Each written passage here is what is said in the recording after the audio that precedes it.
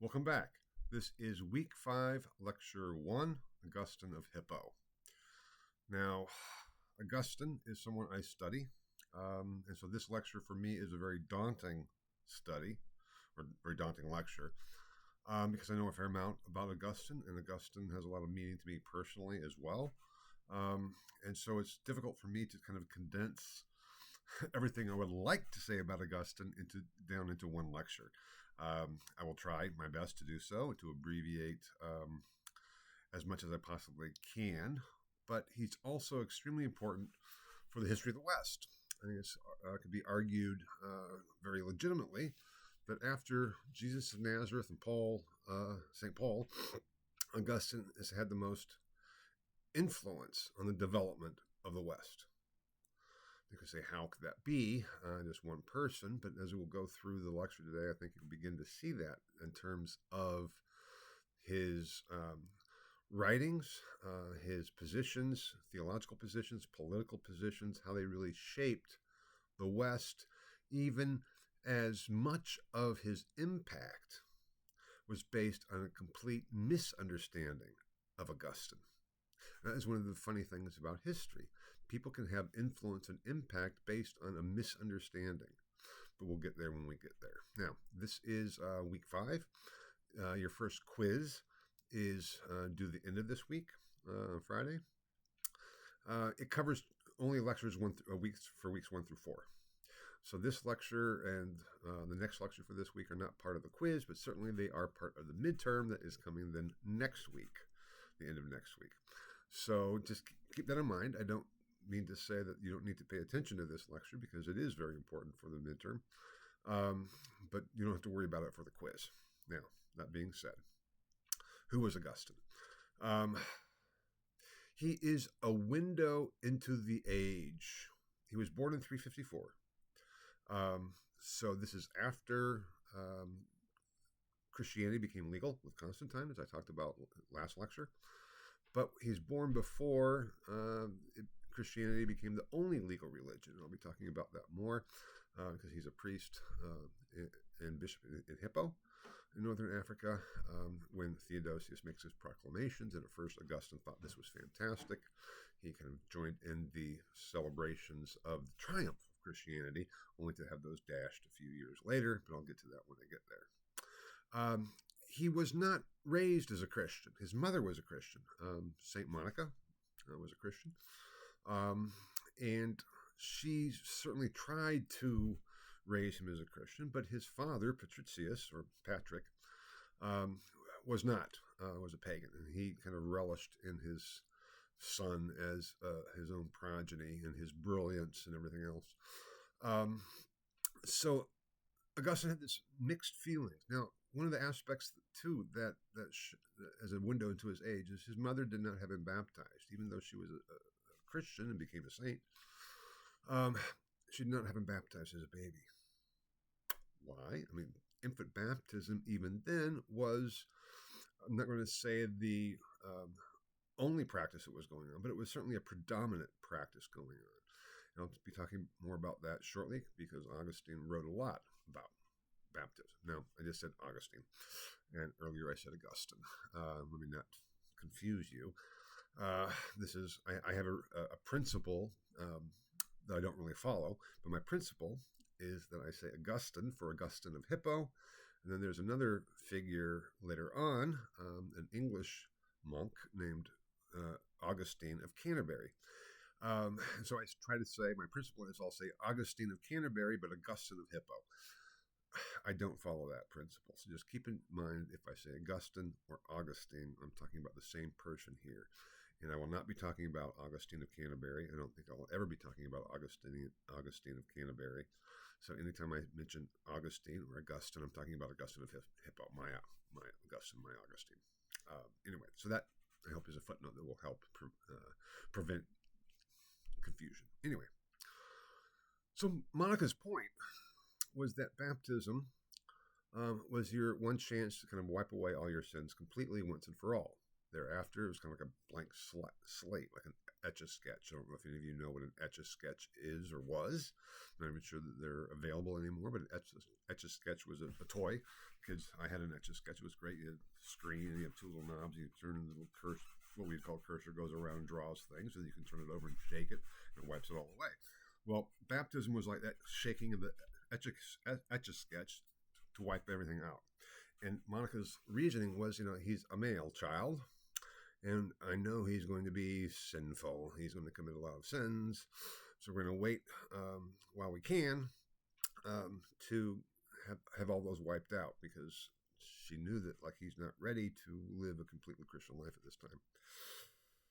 Anyway, that is very telling in terms of the mentality at the time. Now, at this time in the 4th century, North Africa was a central part of the empire. It was called the breadbasket of the Roman Empire. So it's a very important region, and it's very Romanized. And this goes back to the Punic Wars when Rome conquered North Africa and Carthage. For some of those reasons, even though Virgil gave a reason for the Punic Wars and the conquering of Carthage and North Africa in terms of his story with Aeneas and his love affair with Dido. And Augustine, interestingly enough, loved Virgil. Augustine, in his schooling, he talks about loved Latin literature. He didn't like Greek, and he struggled with Greek. Now, it's often been said that Augustine didn't really know any Greek. He knew some Greek. He just was not a Greek scholar. He was not a scholar of Greek literature and Greek thought, only in Latin translation, basically. I mean, he read Aristotle. He talks about having read Aristotle and thoroughly understood him very quickly, he said, but he read him in Latin. He didn't read him in Greek. There were other figures at the time who were bilingual, both in Greek and Latin, and much of the intellectual world at the time was. So this is telling, too, that already here we see a preference for Latin in the West, and North Africa was considered part of the West of the empire, over Greek. And that linguistic division with the Latin West and the Greek East would just become more broader and broader and deeper, so to speak. And we'll see that, too, as we go along. I already mentioned that kind of with Constantine moving the capital, Constantinople. But we see this real divide. And Augustine kind of reflects that, too. Now, we know a lot about Augustine because he wrote so much. And so many of his works are still extant. Both theological treatises, some philosophical treatises, a lot of sermons. It's been said that there's more, the greatest corpus of ancient rhetoric that still exists are Augustine's sermons. So we get a lot of insight into rhetoric based on Augustine's sermons. Now, when I say rhetoric, what does that mean here? Rhetoric has gotten to have a bad name, so to speak, and has been diminished greatly. Because in the classical educational system, rhetoric simply meant the liberal arts. Because rhetoric was the basis for speech, communication. How could you persuade someone? And that was important because it was based basically on legal, the need for legal persuasion in court. There was logic or dialectic, and then rhetoric. And logic has to have a logical structure. So rhetoric was how to present logical arguments. And then you had to have substance for those arguments. So it was one of the liberal arts, part of the trivium, which I'll talk about maybe later, not in this lecture, but later on in the lectures. But it's the first part, grammar, rhetoric, and dialectic, the three parts of the trivium. And then we had the mathematical liberal arts of arithmetic, geometry, astronomy, and music. But Augustine became a rhetor, a teacher of rhetoric, and that meant he was a teacher of the liberal arts. Now, this time, also, education was not based on going to a physical building and a school and matriculating. It was based on individuals. So Augustine ended up setting up shop as an individual teacher, and people would come to study with him and learn from him. And what he was teaching was the liberal arts and not just rhetoric, even though he was the rhetor. So think of that as the teacher of the liberal arts, which rhetoric was one thing that the rhetor taught. He taught in Carthage after going there to study. And then he went to Rome, thinking his possibilities of Rome. And he also complained about the students, how they would come and listen to his lectures and not pay. But he went to Rome because people told him, so go to Rome, much better there. So he went to Rome, set up shop as well. And when he did, he brought with him his mistress. One of the things about Augustine is that, as he talks about it himself, he loved sex. Now, so often we'll see statements about Augustine that he, considered the body evil and bad, and that he devalued sexuality, and that's completely. I'm not going to say completely false, but that is what has been taken as Augustine's position, but it certainly was not Augustine's position. I'll be talking more about that as we go along.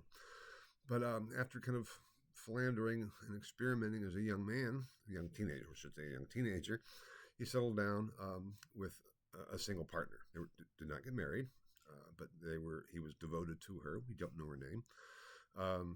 And she went with him in Rome. They had a son, Adeodatus, whom Augustine talked about as being absolutely brilliant. Adeodatus died when he was 16, but that's another issue. And Augustine, talks about how sorrowful that made him. And then from Rome, he went to Milan, and his son and partner went with him to Milan. Now, here I'm probably skipping into this next slide instead of the introduction, Augustine the Confessor. And the reason I'm doing that is because there is this transition. I have the Confessions, written approximately 400. The Confessions is a work of Augustine, one of his major works, and one of the major works of Western literature, period. I would love to assign the Confessions. I've thought about it, but anyway, that's another issue. It's not a confession of, oh, look at my sins, I'm so sorry. It is a confession of in the sense of assertion. That's difficult. Now, the Confessions is also difficult because it's been referred to as the first autobiography. It is not an autobiography, even though Augustine writes about himself and talks about himself. What he's doing, he's confessing to God. It's a difficult work, even though in some ways it's the most accessible of Augustine's works. Books 1 through 9 follow his career basically from his birth up through his returning to Africa after going through Milan. I'll get back to that in a minute. And the death of his Adeodatus, and then his mother, Monica, as well, died on the way back as they were going back to Milan. But then book 10 switches.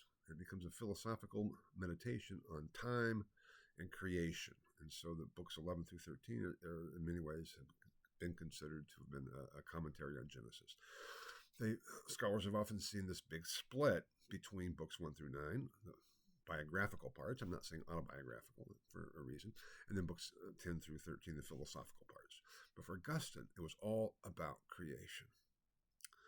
It was about how God created him as an individual person. As he says at the very beginning of his Confessions, I'm just a little piece of your creation. And then he talks in books 10 through 13, talks about creation as a whole. So it's like my creation and then this creation. And so he's asserting an opinion. And he's writing about that too, because he writes Confessions after he becomes Bishop of Hippo. I'll get there in a minute. Because he had fallen into, before he became a bishop, obviously, but when he was in Rome, and even before was introduced into it, a group called the Manichaeans. The Manichaeans considered themselves to be Christian, but the Christians at the time did not consider themselves to be Christian. The Manichaeans is a religion of philosophy stemming from their prophet Mani, who had a lot of Zoroastrian and Persian influence on his thought. And basically the central point of the Manichaeans was a dualism. Dualism is a philosophical doctrine of a principle of good and a principle of evil. That's different from being dualistic. That's another issue that scholars have often said that Augustine never got over his Manichaeanism, which is not true whatsoever. His thought, as Christian thought in general, and as I'll be talking about shortly too, Greek thought in so many ways, was dualistic, but that's different from dualism. And we'll see how that's is the case as we go through all of this. Dualism was a good God and an evil God. And for the Manichaeans, the evil God was the creator, the God of the quote-unquote Old Testament, the Hebrew Bible, and matter, the things, stuff that we're made out of, was seen as evil. Whereas the good God was the God of the New Testament, the God of light. So it's like darkness and light, and they're working together. Now, Augustine thought this helped solve the problem, because one of his problems that he, as a teacher of rhetoric and liberal arts as such, was also this, we could say almost philosophy, was the problem of where does evil come from? If God created everything, which is also kind of a Platonic view and even an Aristotelian view in terms of a creator, a first principle, not necessarily a personal God, but a first principle, where does evil come from? Because if that first principle is good, that creator first principle is good, where does evil enter into the picture? And that was a real problem, and in some ways still is. But Augustine found a solution with the Manichaeans, because that makes sense. So there are two principles. Now, one of his friends, Augustine loved his friends, and was very important. His friends were very important to him. In a group, a rather small group, but a group of very close friends that he associated with and lived with, basically. When they asked him, he said, well, if the evil God, if we talk about God and the Christian God, if the evil God was really a God, could the evil God then harm or do something against the good God? And Augustine was like, well, no, that wouldn't work. So he was confused, and he became more disillusioned with Manichaeanism. And so he would ask his people, because Manichaeanism was a popular religion, but also it was had some intellectual and upper class, noble Roman nobles followers as well. But it was not really legal, so it was almost like a secret society. Even though they had some very strong connections. And with this evil and good, another aspect of it that was attractive to Augustine was that he didn't have to give up sex. There were two divisions within Manichaeanism: the perfecti, who are like the priests. These are people who fully became part of the religious principles of being celibate, being vegetarian, and they were seen as the sources of processing the light and bringing the light of the good God to everyone. And so every Manichaean had to become a perfecti for salvation, but you could be an adherent and not be. And you could wait to take your final consolamentum, as it was called, let's say final vows, until basically your deathbed, where you're ready to give up sex and meat and food and everything else, everything that makes life worth living in some ways. So Augustine said, I can at least be an adherent to this group. I don't have to give up sex. Now, why would he say that? It's a really kind of strange thought. Now, just to let you know, I'm still kind of here on Augustine in terms of the PowerPoints, a late antique intellectual professor. Augustine felt that to really be a Christian, he had to be celibate. Now, that is bizarre. His mother was a Christian. His mother became a saint. She had not been celibate, obviously, as a mother. And that was not a common view. Where was it coming from? Well, one potential source of that, I'm not saying that this is, because scholars of Augustine still are kind of debate some of these issues, where he got this idea, was based on Greek philosophy. There were some hierases or sects, schools of Greek philosophy, that advocated for celibacy. Because if you're a philosopher, that means you're a lover of wisdom. If you're a lover of wisdom, what do? You pursue wisdom. And if you are concerned about whom am I going to sleep with tonight, and how are we going to do it, and what am I going to eat and drink, you're not being a philosopher. There's this body-soul dichotomy in dualism. Also, body and soul dichotomy in much of Greek thought. Then just became part of Christian thought. And the idea was, if you're going to truly be a philosopher, truly pursue wisdom, you can't have a partner. You can't get married. You have to be celibate and completely devote yourself.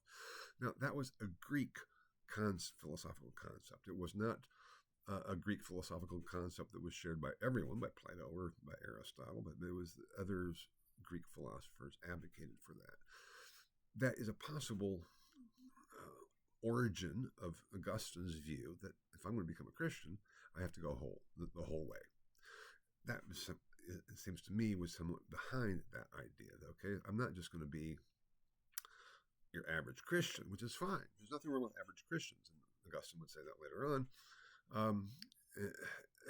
But for him, he had to be kind of a perfecti or perfectus, but in a Christian concept, if he really was going to convert and become a Christian. But he really just couldn't convert. He thought there was too many problems, and he was still hanging on to his Manichaeanism, even though he was becoming very disillusioned with the Manichaeans. They couldn't answer his questions. He asked, these questions, and his associates would say, "Just wait, this great Manichaean teacher Faustus is coming, and he'll explain it all to you." Well, Faustus did come. Augustine talked to him, and he said, "You know what? The guy was a decent guy, but he didn't know very much." And he ended up asking me questions. So in some ways, to Faustus's credit, Faustus realized that Augustine knew a lot more and was a lot more intelligent than he was, and tried to learn from Augustine. But that disillusioned Augustine completely. If this is the best they got, and this guy is like nothing, what can we do? Augustine was incredibly brilliant. So he's like, doesn't know what to do. But he's in Rome teaching. His mother had gone along, and his mother's a whole other problem and issue. His father ended up dying early too, and Augustine he was frustrated with his students in Rome as well. So there's this opening, so to speak, in Milan. Milan, up in northern Italy, was looking for a rhetor, a teacher of rhetoric. Augustine applied for the position, and with his Manichaean connections, was offered the position of being the official rhetor for Milan. And that was an important point, because Milan too was an imperial city. So as the rhetor, he was responsible for giving speeches before the emperor when the emperor would come to Milan. Major issues. This is not simply going to be a school teacher in Milan. This is to be an official position as the teacher of Milan, and therefore responsible for the politics, or at least partly. I mean, he was not a political figure, but he was helping with the politics and to give speeches for the emperor, whatever dignitaries might come to Milan. And Milan was an important city. And the bishop of Milan at the time was a man named Ambrose. Here, too, is a good insight into the time, because Ambrose had been a lawyer. He had probably grown up Christian. We don't know that much about his early life. But he was not a priest. He had not studied for the priesthood or anything else. He was a lawyer, classically trained as he studied rhetoric, law, liberal arts, and then became a lawyer. And the problem was he was there in Milan working as a lawyer. He was somewhat well known as a lawyer, a very bright man and everything else. And when a new bishop had to be chosen in Milan, the old bishop had died, they were trying to decide, the people were trying to decide whom to have as bishop. And as the story goes, they couldn't agree on anyone until a small boy called out, "Let Ambrose be bishop." And people were like, "Wait a minute, that's a great idea. Yes, Ambrose, let's have Ambrose as bishop." And Ambrose goes, wait, I'm not even a priest. Why? He said, "No, Ambrose is bishop." So Ambrose became bishop. Now, this is important because at this time, that's how bishops were chosen. I talked about the bishop being an overseer over a community. This was not the Pope in Rome selecting Ambrose and installing him as bishop. That would come. That would certainly come, that view. But this was the people hailing a new bishop. And so Ambrose became bishop. He knew he had a lot of catching up to do. And interestingly enough, too, Augustine tells us in his Confessions, he started reading silently. Now, Latin is a language that is almost by design to be read out loud. There's a cadence, there is a rhythm, a meter, and the whole meaning is conveyed orally. Ambrose started reading silently, and Augustine said, he would go to Ambrose's room and knock on the door to see if he could talk with them, and Ambrose would say, "Okay, come in." And Augustine would say, "What are you doing?" He goes, "Oh, I'm reading." He goes, "I didn't hear you reading." He goes, "No, I was reading silently." And Augustine goes, "What? Why are you reading silently?" And Ambrose simply said, "Well, I can read a lot faster when I'm reading silently if I don't have to pronounce everything." So this is this beginning too of silent reading. And we see this in manuscripts because when silent reading comes in too, we start finding more increasingly and more systematically word division. Now, I guess it's the whole issue, but Latin manuscripts and scrolls were often written just without word division. And if you're practiced in language, you can read it aloud because it kind of works that way without the word division. But when you're reading silently, it becomes very difficult. And I can talk more about that. We could do exercises or experiments to see that that's almost the same in English as well. But Anselm took his position seriously, and he was Bishop of Hippo. He was well known, and as a scholar and as a rhetorician, because he had been a lawyer.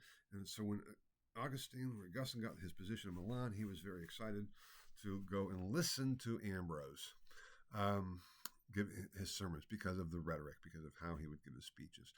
He talks about how he was doing so. All this, it was first of all just to hear his speech. But the content started coming in because one of the problems too that Augustine had was as I said, he loved Latin literature. And the old Latin Bible, this is before Jerome's translation and the development of what became known as the Vulgate, the Common Translation. The old Latin translation of the Bible, Augustine thought this is just far inferior to classical literature. My Virgil, Cicero a bit, but Virgil even more so. So how can there be anything to a religion whose literature is very inferior? Ambrose started talking about the difference between the literal interpretation and the spiritual interpretation, and how, especially with the Old Testament, you have to understand things spiritually or analogously or allegorically. And we'll go into all those different spiritual interpretations of Scripture. Important, but for now, just different. But you can't take it literally. And so, and that began to show him that all of a sudden, this literature that he thought on the linguistic level was so inferior contained all these hidden wisdoms and importance that was there. Now, he was almost ready to convert, but he said there was one chain that held him back.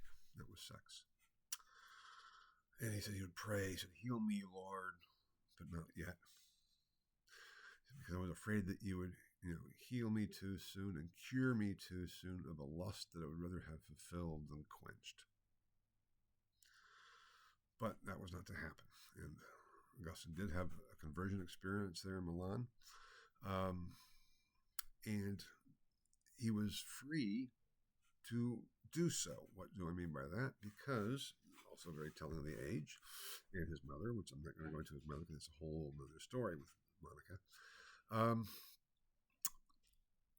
Augustine was an up-and-coming intellectual, an up-and-coming figure, important figure now in Milan, was very well known in the region anyway, and was a potential up-and-coming administrator. From Milan, being raised in Milan, he could receive an imperial appointment as a governor of a province or something. And Monica, for all her goodness, also had a lot of what we might consider to be faults. Was that she wanted to further her own ambition for her son. Now, she had two ambitions. Like, okay, he's going to be this way. We might as well have a good life. Augustine's partner was from the lower classes. And Monica told Augustine, you have to get rid of her because she will prevent you from continuing in your career, from moving up in the circles. Let's just dump her and we'll find you a suitable marriage partner. Now, Augustine says, okay. It's funny because he followed his mother's advice. But then in his confessions, he talks about, how it ripped his soul in part because she was like the other part of his soul. Sent her back to Africa. We never learned her name, but he talked about the pain that this was. She went back to North Africa, joined a nunnery, and we don't know anything else about her. Augustine kept Adeodatus, his son, with him in Milan. So this is like Augustine too had some aspects that are not all that great, and even not what we would consider, what I consider in any case, like not very good. Augustine, the dark side to Augustine, even though I love Augustine, but there's a dark side there. And this was one. Why did he follow his mom's insistence? Well, anyway, his mom found a suitable marriage for him with a young girl, 12. She was 12 years old at the time. So he couldn't really marry her yet. He had to wait for her to come of age. And so, he took another, not partner, but had affairs on the side as he was waiting for his bride to become mature enough to get married. And it was in this period, after he sent his partner of many, many years back to North Africa, that he had this conversion experience. And I already talked about how for Augustine that meant being celibate and everything else. We don't know if his conversion happened the way he portrays it in the Confessions, but we know that it was a conversion. And all of a sudden it's like, he converted, and then it's like, you completely took this away from me. And from this one, he was in turmoil. He was in such turmoil, misery. And then he read this passage in Romans about, and that was it. That was like, boom. The idea was he just flipped through the letters of Paul and he put his finger where it first found. It's called the Sortes, also a classical approach. It was one that was there and prevalent, but not necessarily, it wasn't a philosophical approach. And then put his finger there and read what he saw. And that verse, Romans 13, something of not in riotous and drunkenness, but make no provisions of the flesh, but put on you the Lord Jesus Christ. That cleared it all up for him because he viewed it as a divine discussion to him. Whew. He said, now I'm a Christian. And he went in with his friend Alypius, who also had a conversion at the same time, went in to tell his mother. And his mother was overjoyed. It was more than she ever expected, that he was going to be a celibate Christian, what was known at the time as a servus Dei, a servant of God, one of the elite. Not so much like the Manichaean perfecti, but somewhat analogous, because these servi Dei, the servants of God, were the people who were so completely, thoroughly devoted that was what their life became. To make a long story short, it's taking far more time. I'm not sure what I'm going to do about the time with this, but I'll do my best. It's okay. I'm going to resign my position here in Milan. He was having some health problems, so that would give him an excuse. And I'm going to then start learning more about being a Christian. And so he retreated to a place called Cassiciacum, which is outside of Milan. It's an estate, a villa. And there with Monica and Deodatus and some of his friends, he started writing these philosophical dialogues. And that was this thing of preparing himself for baptism.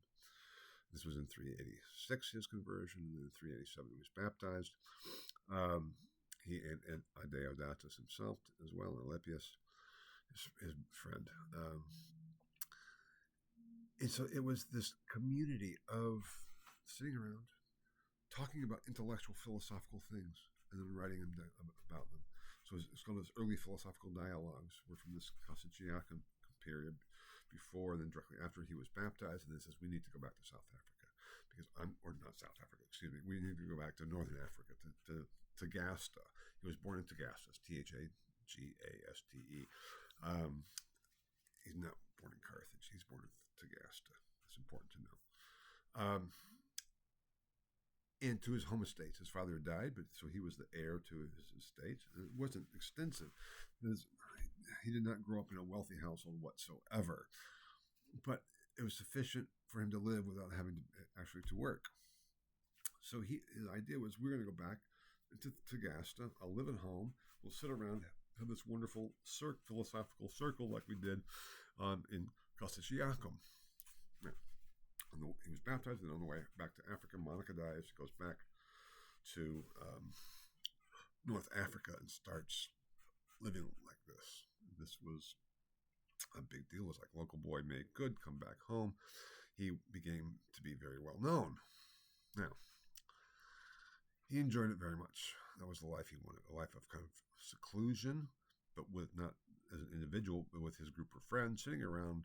And we know from other sources, his later close associate Posidonius wrote his life of Augustine, talked about how he liked red wine, so sipping around, drinking red wine, talking about philosophical issues of being and, how do we know and how do we learn and all kinds of fun things, and what is God, what's the nature of being. Like a really idyllic life. Not lavish, not luxurious, but comfortable. He also knew, he knew how Ambrose was selected as bishop.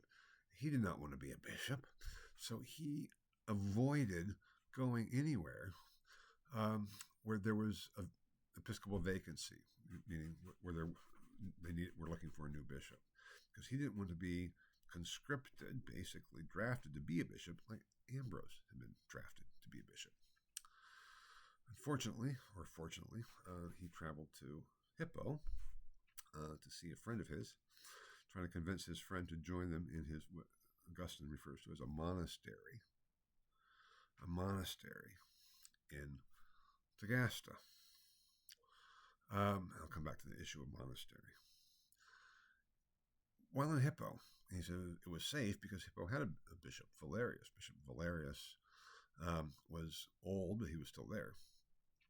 But Bishop Valerius, when he knew that Augustine was coming and was there, had a plan. He was a sneaky old devil. He was also more Greek than he was Latin, Valerius. I mean, he could speak Latin and everything, but he certainly didn't have any connection to the local people. Could not speak Punic, which is a Berber, the local language, or languages, and Augustine could. So when Augustine was there, Valerius in public said, Augustine, we need you to become a priest here in Hippo, to serve the people. And the people all exclaimed, "Yay, yes, we need you as priest." Now, Augustine, against his desires, all of a sudden was conscripted or drafted to become a priest. It's the last thing he wanted. And supposedly, the stories go, he wept, and his critics, because he had a lot of critics at the time, people still thought he was still a closet Manichaean, that he never left being a Manichaean. I'll come back to that. Said that he was crying because he wasn't selected as bishop. He was crying because he did not want to live that kind of a life. To be a priest, you have to preach to people, you have to listen to confessions, you have to deal with all sorts of mundane issues that Augustine didn't want to deal with whatsoever. But he agrees to become priest in Hippo. And then that was in 391. And then a few years later, Valerius was like, I'm getting ready to die. I'm not going to be around much longer. I'm going to ordain Augustine as bishop even before I die, because I don't want to have any kind of problems with the succession. So he does so. So Augustine becomes bishop. That was later to be questioned, because it's not really quite the thing to do at the time, but we'll leave those controversies aside. In general, Augustine was well liked, but he did have his critics even at the time. And part of that was this feeling that he was a closet Manichaean. Now, Augustine wasn't. Why? Because he had solved already the problem of the origins of evil. I talked about the problem that Alypius brought up, can the evil God affect negatively the powerful God or the good God? And he said no. Augustine was reading the books where he said the Platonists. We refer to them as Neoplatonists today. Plotinus is the major author, and he was reading Plotinus. And in Neoplatonic thought, which is meaning people followers of Plato, but not explicitly originally like Plato, but with variations. But anyway, in Platonian thought, evil does not exist, because evil is the measure of the distance from the good. For Plotinus and Neoplatonic, there is this principle, the one, which is everything, and then everything emanates from the one. So the further away from the one you get, the less good there is, and evil is not a positive existence. Now, Augustine argued, or his argument was, and he did not use this example, but I'll use this because I think it makes a lot of sense. I could say to illustrate this point, go out and buy the most perfect apple you can find. Find that apple, go home and put it on the counter and let it sit. What happens? Well, after a day, nothing. After a couple of days, nothing. But then it starts to what we would say rot. And after a couple of weeks, it gets pretty rotten. Now, Augustine's point was there's no such thing as rot. Rot we relate it to as evil, but it's not a positive existence because we say it is more rotten today than it was yesterday. Why? Based on the good apple. Why do we say it's rotten at all? Because it's not what the good apple is. So the more it becomes rotten, the further away from the good it is. So rot is simply the measure of the distance from the good. And when an apple or anything like that becomes thoroughly rotten, can it ever be thoroughly rotten? No, it just disintegrates. And so all you have on your counter is a bunch of gook. And it's not even an apple. It's not even a rotten apple. It's just a bunch of gook. That's what he meant by there being no existence of evil. There's an effect. Evil is an effect in terms of the distance from the good. That cleared up that problem with Augustine. And we'll see how that was the case in a bit too. So that problem was solved. He was not, and that was about as far away from a Manichaean position as you could possibly have, that evil does not exist. So that's the argument against the people who said he's still a closet Manichaean. His thought, as Christian thought in general, remained dualistic, but it was a complete refutation of dualism. Now, so here he is now, Bishop in Hippo, and one of the agreements that Valerius had made with Augustine to convince him to become at first a priest and then a bishop was that he could continue living his monastic life, even as a priest. So he established a second monastery, as he says, in a garden that Valerius gave him to be a monk, even though he was a priest. And then when he became bishop, he established a third monastery within the episcopal residency, the episcopal compound. Because the episcopal residency is not just the house where the bishop lives, it's the whole kind of compound. So he established it there. Now that's going to have importance later on, but those things are historically verifiable. Now, in approximately 400, it's been dated 397 to 401. Basically, he wrote this work of Confessions. It's been argued to convince his critics that he was no longer a Manichaean. But that's what we're talking about and looking at in terms of the Confessions, the background of it, and how we can see through it not only his philosophical and theological developing positions, but also the world of this late antique individual and professor. Now, it's an amazing work. It truly is. But we'll go from there. And certainly, though, this Manichaean critique against Augustine, how he never had changed, doesn't really mean that he was. Well, I'm sorry, kind of losing track here. Does not really mean that he was not aware of other issues involved that he was, because all of a sudden now he is a pastor. And this is, by this point, I am now on Augustine, priest and bishop. I really have talked about Christian asceticism. I'm not going to go back more to that. I'm going to go through all these things. He wrote a rule, monastic rule, for his community, and this too is going to be very important later on.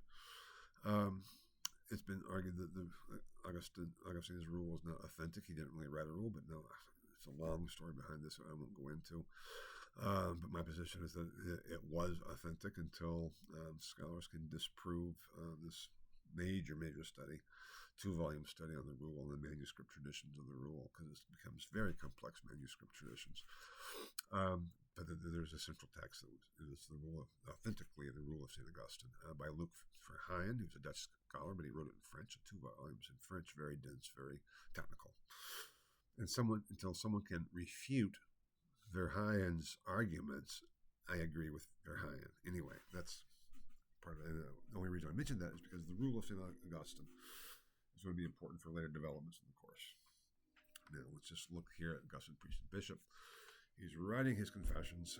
He is then serving as the pastor of his diocese there in Hippo. And he had already been a rather famous figure, and he just becomes more because he starts replying to various problems that he had. Now, he was already talking about how upset he was because he didn't have time for this life of reflection and leisure. He also talks about and complains about having to hear these different cases. He had to serve as judge. If there's a local dispute, whether it's marriage, whether it's property, whether it's theft, the people involved could go to the civil court, as we might say, or they could go to the bishop and have the bishop solve it. So for most minor types of crimes, I'm not saying minor in terms of the not important, they would go to the bishop for the bishop to solve, because bishops were also legal people within Rome at this time. Now, keep in mind, too, when Augustine becomes priest and bishop, or priest anyway,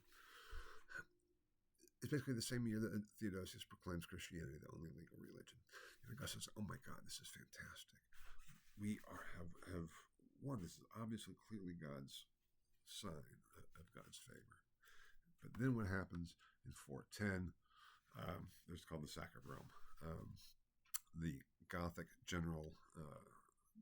Roman general Alaric comes in, his troops, and sacks Rome. I'll be talking more about this, the sack of Rome in 410 in the next lecture, but here I can say it was a complete shock to Augustine and to everybody within the Roman world, because Rome itself had not been sacked for 1,000 years. How is this possible? And all of a sudden, this elation of Christian triumphalism. It's like, how can this be? And they started to be arguing, well, it must be the fault of Christians. That's what the pagans were arguing, that, we became Christian. That's the problem. Christians are arguing is we haven't been Christian enough. That's the problem. So it's divine punishment. So those are the kind of two positions. And Augustine writes his major work, his City of God, which I'll be talking about shortly, begins it in 413 in response to the sack of Rome. And that kind of changed a lot. But it was not the only thing that changed. And Augustine was constantly involved in theological controversies because here still, too, Christian doctrine was evolving. I talked about the Council of Nicaea in the last lecture. It still was evolving, and it was a slow process. And Augustine was central for some of the basic definitional positions of Christianity from that point on. But to see how that is so, we need to then move on to the next slide, Augustine and the Donatist. Now, I'm not sure. I think I may take a break here because I need to go through the Donatist controversy, and I need to go through the Pelagian controversy, and I need to talk about the City of God. This lecture is going to be a bit longer than it would be in a classroom, but in a classroom I just say we'll continue it next week. We'll fill things out. I can say that the next lecture for this week is rather, I think I'll be able to keep it certainly under the time limit. So again, this is an issue of balancing time overall rather than per lecture. And then the following week, there's simply the lecture on preparing for the exam, which is a workshop, and it's a workshop on writing the exam and your exam. So we will catch up in terms of time, I think, and give you sufficient time to get through everything and prepare for the midterm next week. So this will be lecture 5, or week 5, lecture 1, part 1, and I'll be back with week 5, lecture 1, part 2 later, I hope shortly. Okay, thank you so much. Sit tight, and we'll get there. I promise you. Okay, see you soon. Bye-bye.